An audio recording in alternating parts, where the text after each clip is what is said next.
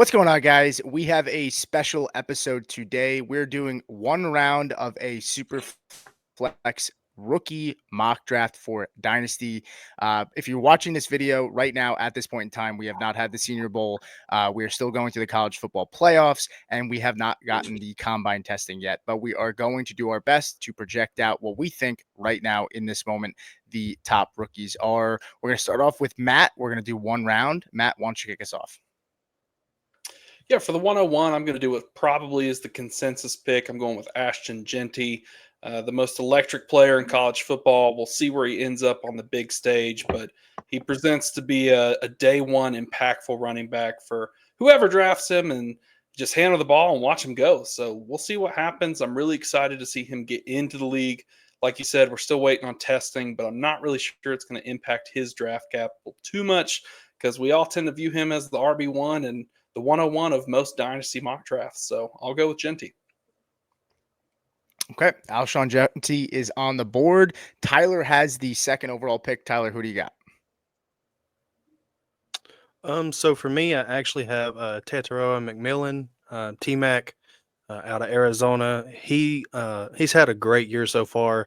A lot of people want to say that he hasn't for some reason, but when you compare his breakout season last year to this year, he has 6 less receptions, same amount of targets, and actually only 2 fewer touchdowns in 1 less game. So I truly think he is the wide receiver one of the class. He's a behemoth of a man.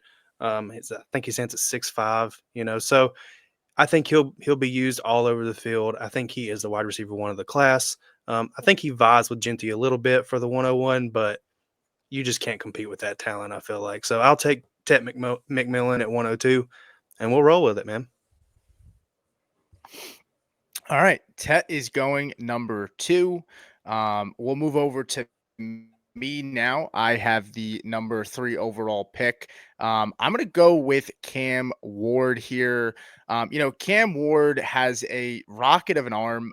He's super athletic. And, this really isn't a great class. But when we are talking about, the Superflex and just dynasty in general, quarterbacks hold a ton of value. He's super athletic with his legs. He's got a really strong arm. He's likely, in my opinion, as it stands today, I do think he's going to go off the board as the QB1. Which team? Maybe it's the Titans. Not exactly sure at this moment, but I like what I've seen from him. I think there's a solid gap between him and the next quarterback. And in dynasty, I want to make sure I go and get a guy like a quarterback who's going to hold value even if he doesn't have a great year one. So Cam Ward's going to be my pick here at the 103. Anthony, you are up next. Yeah, with the 4th pick, I'm actually going to go with Marion Hampton, North Carolina running back, second in the nation this year, 1,660 rushing yards, 15 touchdowns in 12 games, 2,033 all-purpose yards, which set the North Carolina collegiate record for the football program, obviously. If you miss out on Genty, I think Hampton's the second best running back on the board. A couple of running back needy teams, of course, this is really early in the process, but a team like the Cowboys, they could be in on Genty or somebody like Hampton who does fit into that bell cow role at the next level. I'm not in love with the quarterbacks. This is a super flex draft. So I'm going to go with who I think is an impact player outside of Genty at the running back position and go with Hampton. Okay. So that is the 104. Matt's going to kick us off here at the 105. Matt, who do you got? Yeah, so I think the running back run continues here. I'm going with Caleb Johnson out of Iowa, the running back there who had 1,500 yards on the ground, was 5th in the country, actually 3rd in the country with big plays of over 15 yards. The guy just puts up numbers. He can catch the ball out of the backfield. He'll run over you. He'll run around you. I love to see what he's got coming into the NFL. This class at running back is deep, so there's certainly some people you can get later in the draft. Like Anthony just said, the quarterback class isn't the best. We need to see some testing and some landing spots for some of these wide receivers. So I'm going to stick with the safe pick of Caleb Johnson, who I think is NFL ready right now. Okay. All right. So we got Caleb Johnson off the board, almost halfway through here. Tyler, why don't you finish off the first half here with the 106? Yeah, for sure. So I want to go ahead and put a little bit of a disclaimer out there. Um, a lot of people are probably like, "Oh, where's Travis Hunter in this mock?" If we knew for sure he was playing wide receiver, I'd probably take him right here if he hadn't already gone.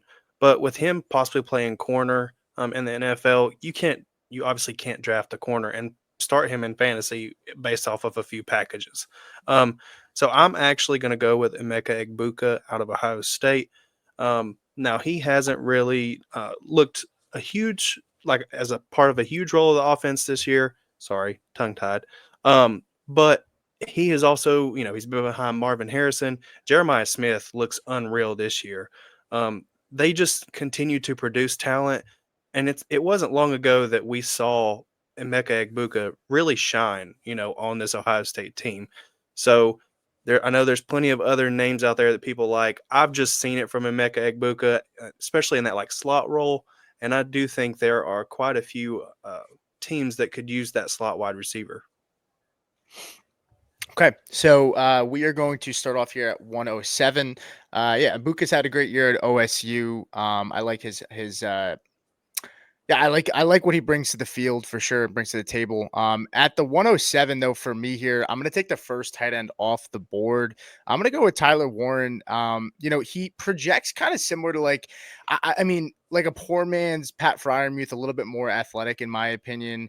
I think the biggest thing for him is that he doesn't have a ton of experience in line, and so he's gonna be a guy like if you're looking at a Sean Payton-esque role. I'd love to see Denver take him as like a joker, but he's not, he still has to refine his game as a blocker a little bit. He's still capable, but we've seen a lot of tight ends explode onto the scene.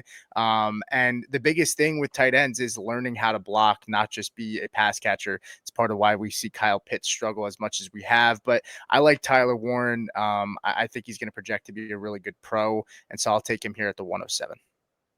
Yeah, at the 108, I will roll the dice on Travis Hunter, and there's going to be a lot of volatility during rookie drafts of where this guy goes until we have more clarity. And right now, if you're doing early rookie drafts before landing spots, which a lot of us do when we play Dynasty, there's good value here with Travis Hunter. Get it? He could end up playing cornerback, but if he ends up playing wide receiver in NFL, he looks like a special player. If you go watch the film, 6'1", 85, he's an athletic freak, 92 receptions, 1,152 yards, 14 touchdowns last year, Heisman Trophy winner. If Travis Hunter translates as a wide receiver in the NFL, we could be looking at the number one overall rookie who could put up Malik Neighbors type numbers next season.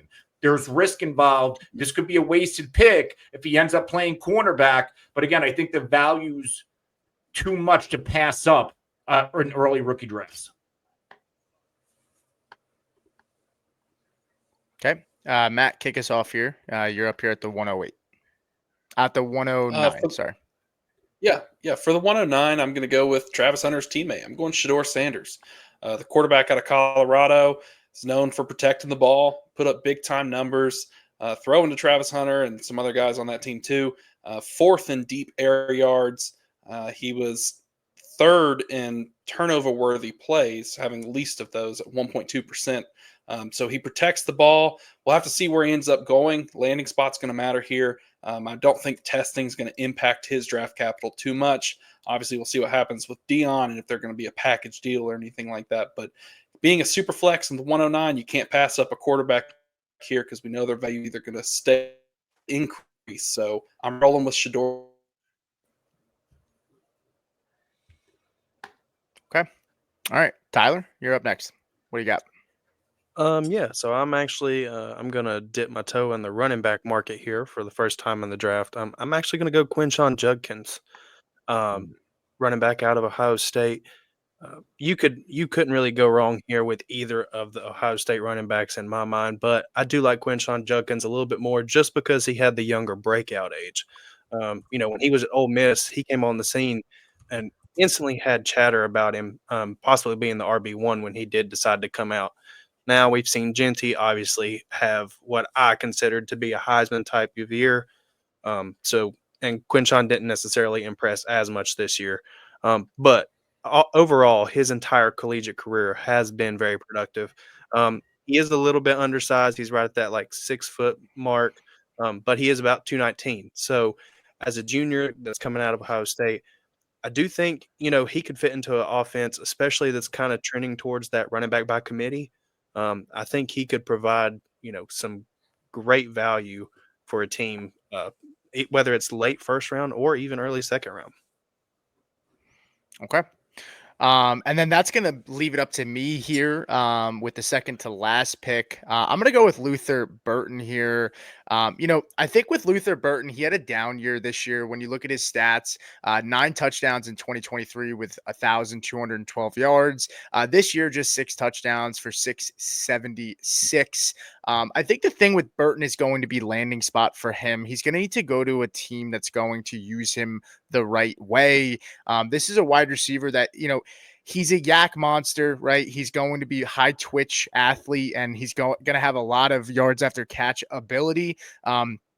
But it's going to be about refining that ability to get open on the shorter routes to then open up things in the intermediate, like a Amon-Ra St. Brown does, and his obviously has more breakaway speed than St. Brown, but his actual ability to run routes is not nearly on that level. So it's just going to be about going to the right team in the right location. This isn't a high end class for wide receivers like we saw last year. So there's going to be a lot of change from now until testing. But I like his explosiveness and his just yards after catch ability. So I'll take him here with the second to last pick. Yeah, last pick in the first round, we go with Nicholas Singleton out of Penn State. Over 1,300 scrimmage yards, 14 touchdowns, including 39 receptions last year with Penn State. This is an upside swing. This is a ceiling play because I do think landing spot is going to determine a lot for Singleton. Outstanding athlete, deep speed, really good footwork. But I don't think we've ever seen him put the complete game together at the college level and in the right offense at the NFL. I think Nicholas Singleton can be an impact player. Like a lot of people had questions about, and I'm not making the comp, but a lot of people had questions about something like Devin Achane, where his landing spot really mattered. I feel the same way about Singleton, where if he gets to the right offense in the NFL, he could ultimately take over fantasy football. Yeah. So that's going to pretty much wrap it up for us here, guys. This is the final look here. For those maybe listening on the audio side, it's Ashton Genty, McMillan, Tate, Cam Ward, Omarion Hampton, Caleb Johnson, Mbuka, Tyler Warren, Travis Hunter, Shador Sanders, Quinton Judkins, Luther Burden, and then Nick Singleton. That's going to wrap it up. We have tons of content coming out. We're really excited to get some more information as we can really dig a little bit deeper into these prospects. And we're going to start running some more mock drafts. And we're excited to share that with you guys. But thank you so much for tuning in, and we will see you guys next time.